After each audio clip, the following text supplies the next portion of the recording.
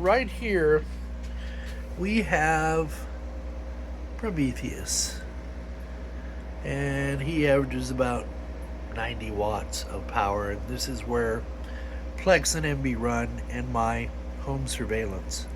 So this is kind of in essence my home server minus the storage. It's where I run my applications on. It's an Intel 11th Gen i5 CPU. Lots of RAM on it. It's stable. It's not a 13th or a 14th generation CPU that had all those problems, and I can build out of parts I got. And then I'm going to pair that up with a video card around here that a certain individual subscriber donated to the channel. So I'm going to see that this gets re-gifted, and that is this EVGA GeForce GTX 1060. It's an 8 gig video card, so we're going to pop that in there. Decent gaming, not, well, they could probably do AAA titles as long as it's at 1080p. But it'll give them an entry into gaming and a stable system to run on. And what we're going to do is then we're going to take this machine. You recognize this little beastie? Yeah? So we're going to take the guts. The guts are going to come ripped out of here. This is an AMD Ryzen. And we're going to move this into that Prometheus case. And then we're going to take the guts from Prometheus. And we're going to put them down here in this.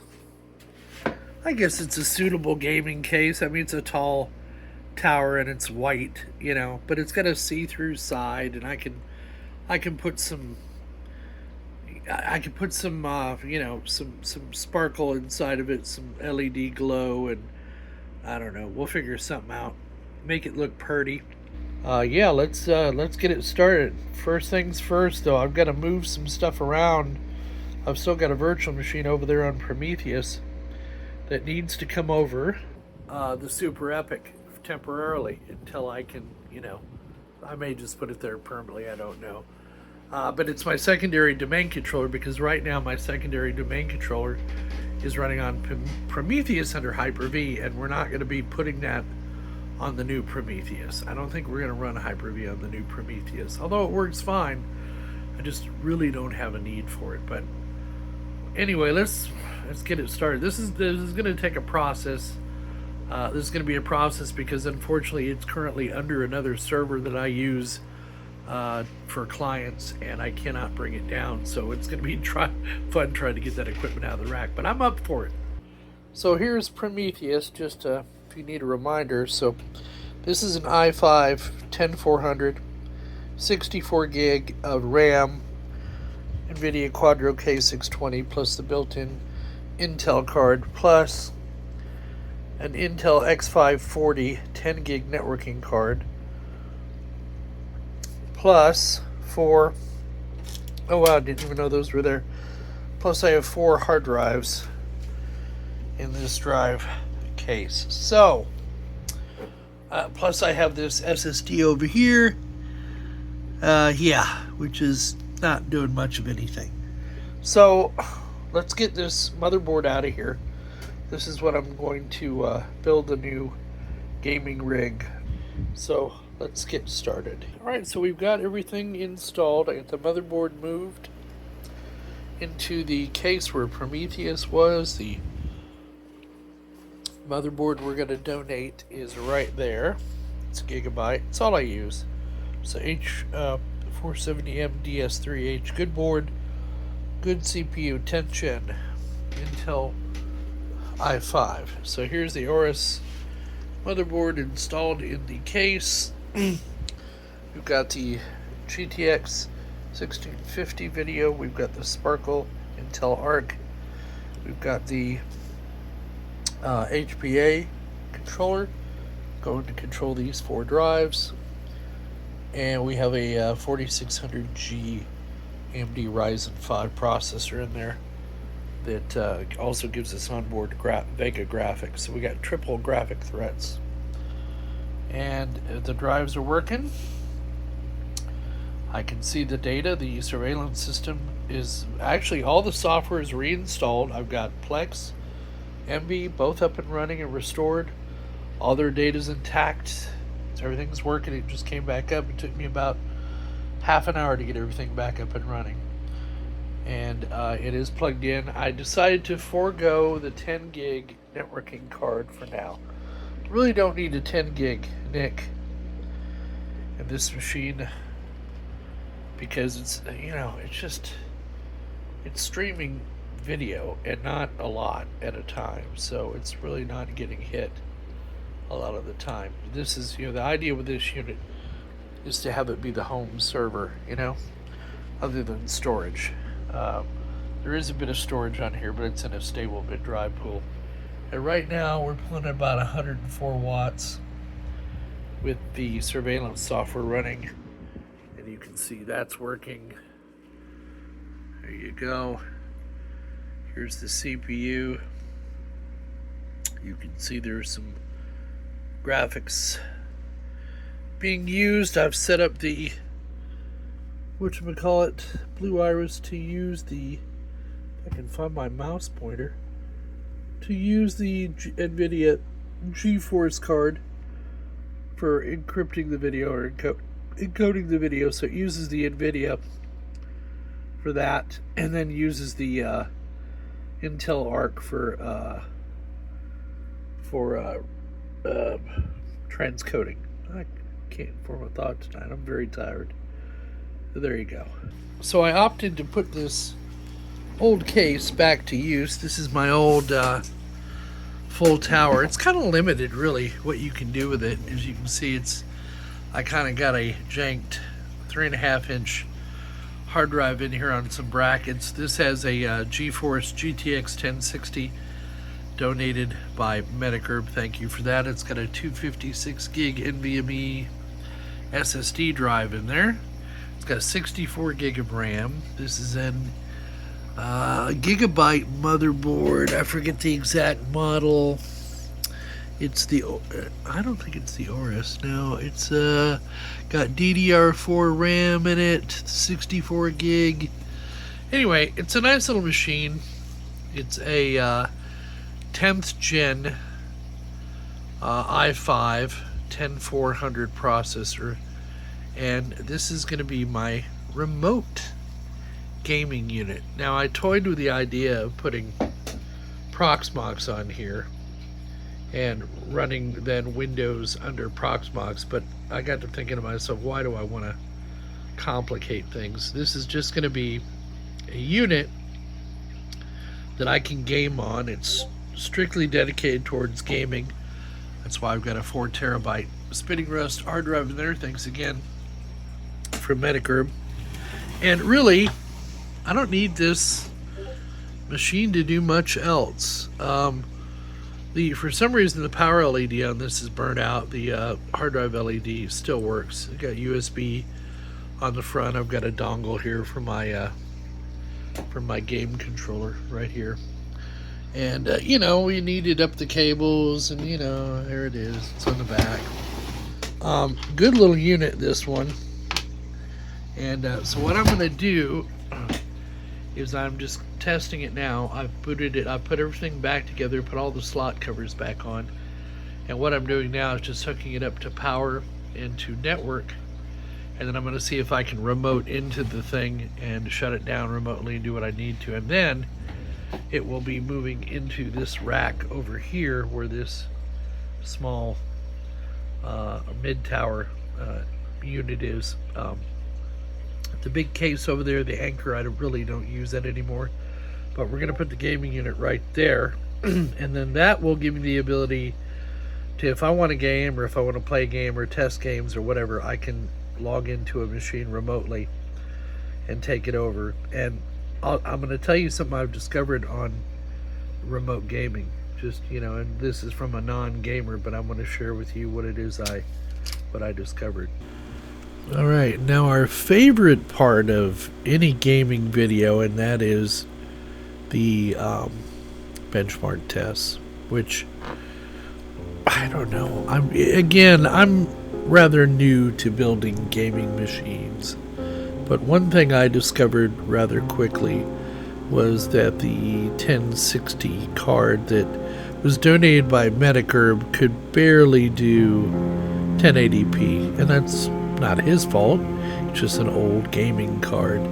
And I did a little searching on the interwebs and found out the GTX 1650 would be better suited in this machine. Now, ideally, what I wanted to do was get a 5060 with 16 gig of RAM and kind of future-proof this machine, but NVIDIA doesn't want to lower their prices past $379, so it's going to be a while.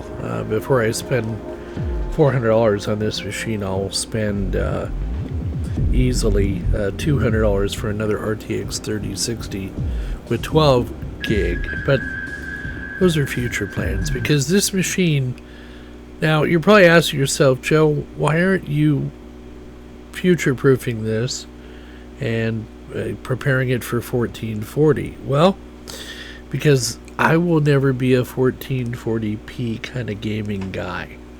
I'll be stuck here at 1080p. Keep in mind, my idea of a good time with gaming is Age of Empires, Civilization, those kind of games. Stellar Hub, any kind of game where I can go and build something. That's my kind of game. But the reason I'm running these tests is to show you the potential of this machine. Now, first-person shooters I'm not any good at, so I avoid them at all costs. But I wanted to give you an idea. Since I can't play the game, I decided to run the benchmarks within the games, give you an idea of how this is going to work and how it's going to perform.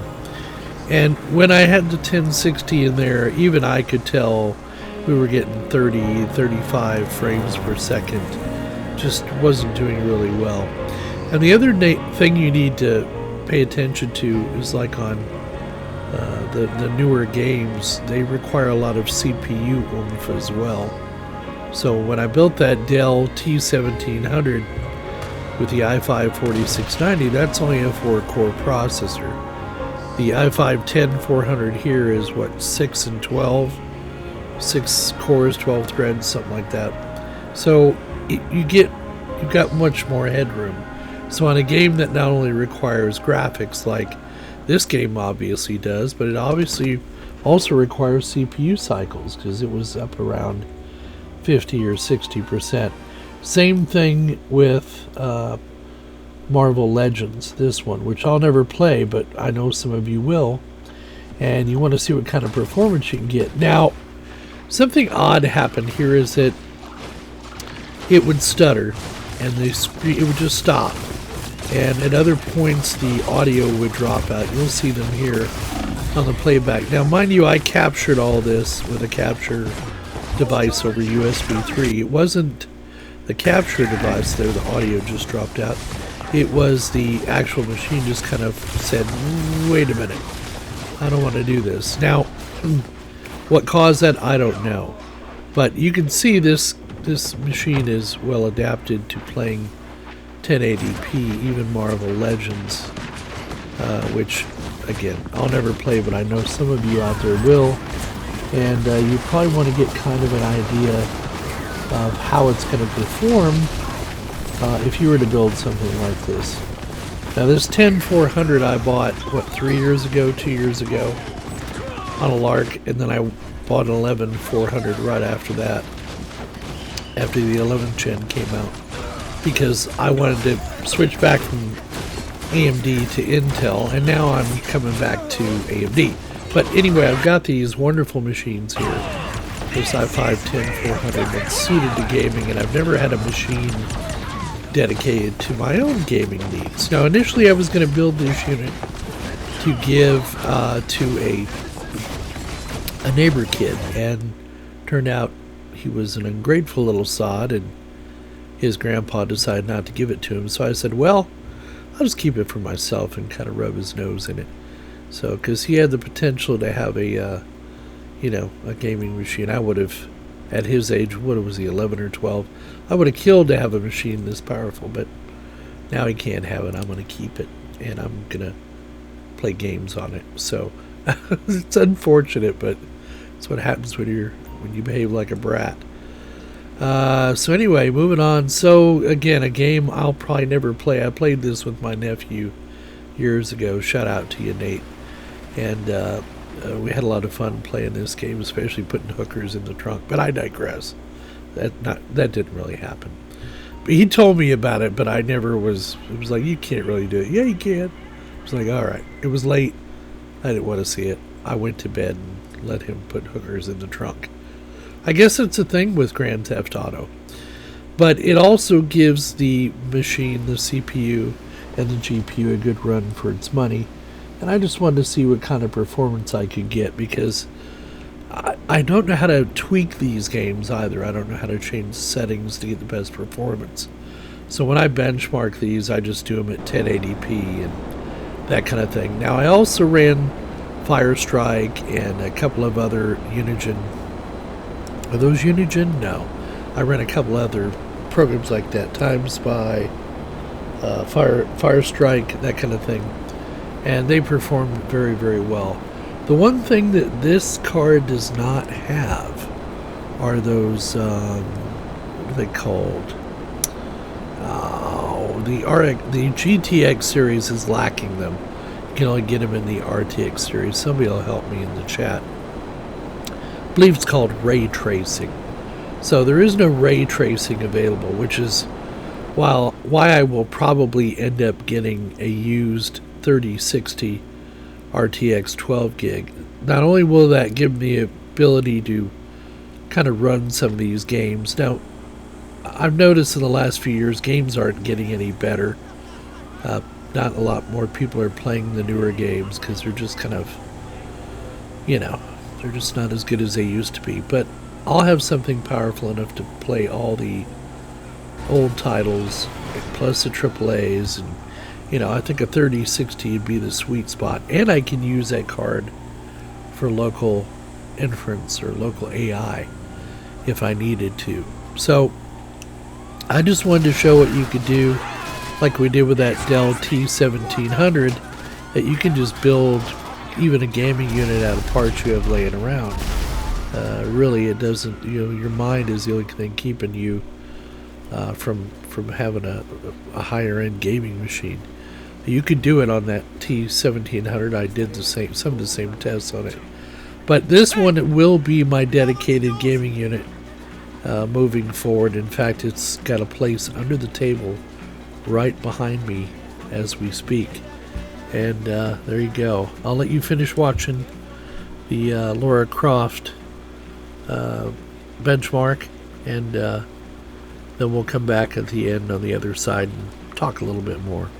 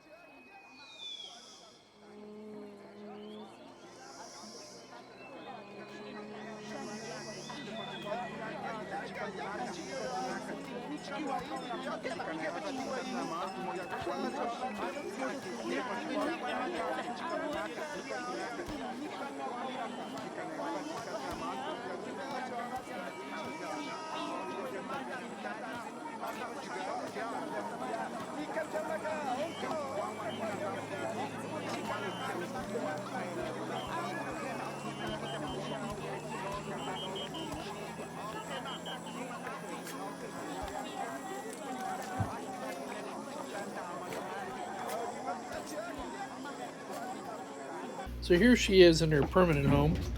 I talked about putting it over here. Yeah, I'm doing some work.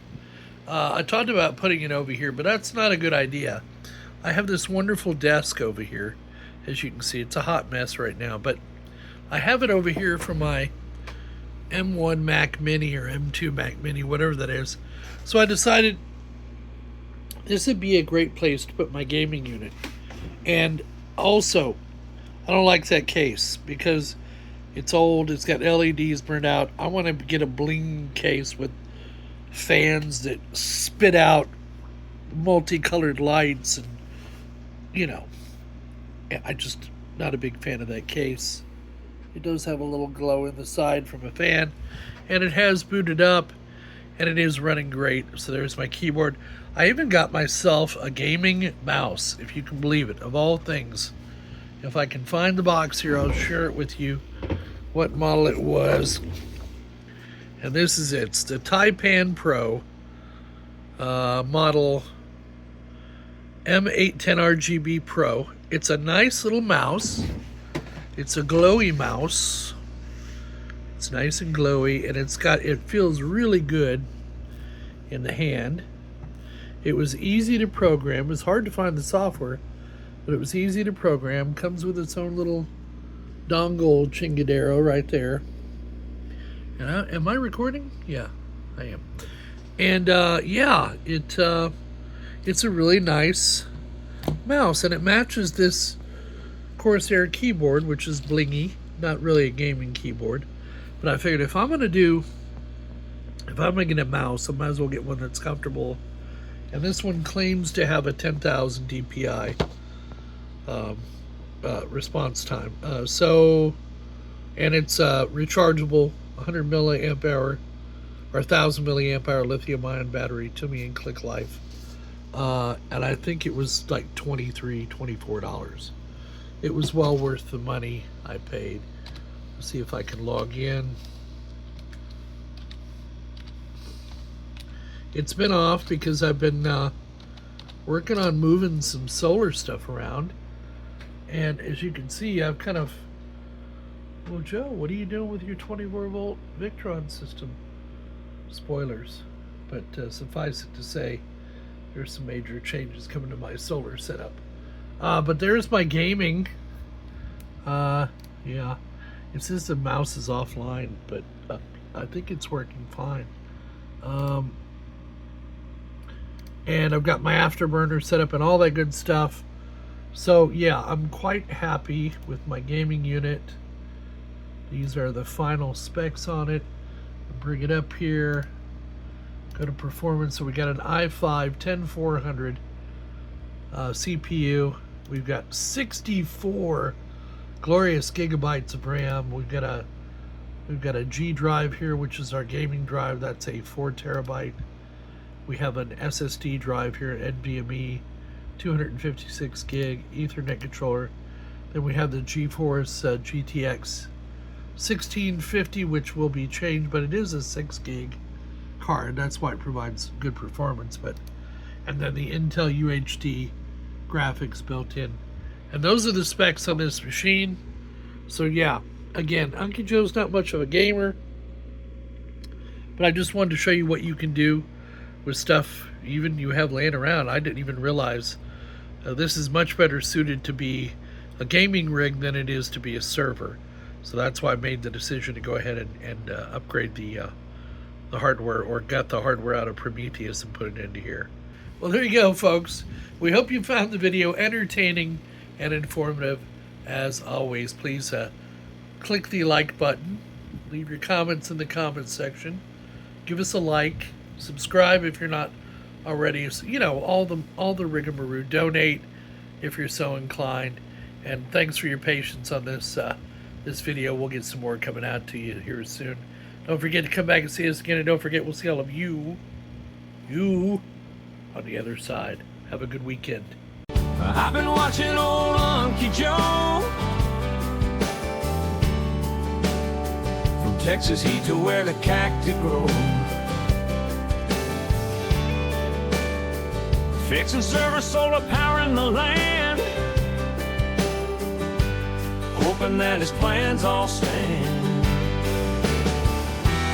Making life a touch more bright underneath those southern lights.